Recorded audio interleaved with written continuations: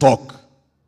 And we want to talk about the people-centered issues as much as we talk about the leadership and governance issues that affect our country. And we are inviting all our friends. We have heard and listened to all their demands. 4 of them. They want us to reconsider the reconstitution of IEBC. And we have said and we confirmed through the bipartisan parliamentary process, we are ready to engage on that. They want us to open servers.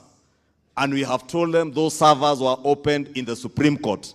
We have no key, but we have a key to open a discussion on how we recover the economic losses that we have made over the last 5 years, courtesy of the handshake and the handshake regime. They want us to reinstate the Cherera 4. It is unconstitutional. We have no means of doing things that are unconstitutional against our statutes and our constitution. I think the last thing I've heard is on the cost of living.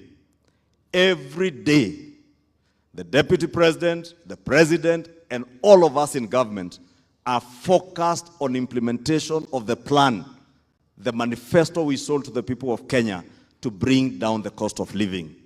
We have heard them telling us that they want us to reinstate the subsidies that were there before the elections.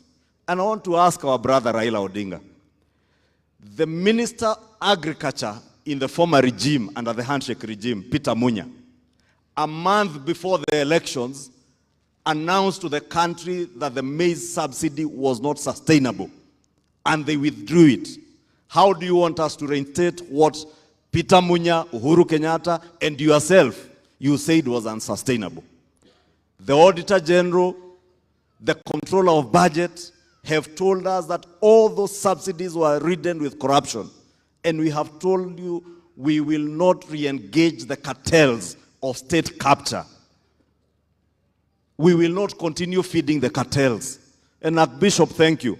In your short word, you have told us that this oil here will break altars, will break curses. Archbishop, I want to tell you, even in this government, there are altars of state capture that we have purpose to break, and we shall break them. There are altars of corruption through subsidies for consumption that we must break, and we shall break them. Kwa hivyo, Mheshimiwa Naibu wa Rais, ile kazi wewe na Rais mmetupea kwa bunge, tutaifanya and with finesse. Tutaifanya vizuri, tutajadiliana yale mambo yote ambayo tunaweza kujadiliana kufuatilia mujibu wa katiba na sheria zetu. Yale mnatuambia turudishe mambo ya corruption, hayo hatutafanya. Kama kwenda tumeke. La mwisho, nimesikia wakisema that we are obsessed with handshake and nusu mkate. It is not us who are obsessed. It is you, our brothers, who are obsessed with nusu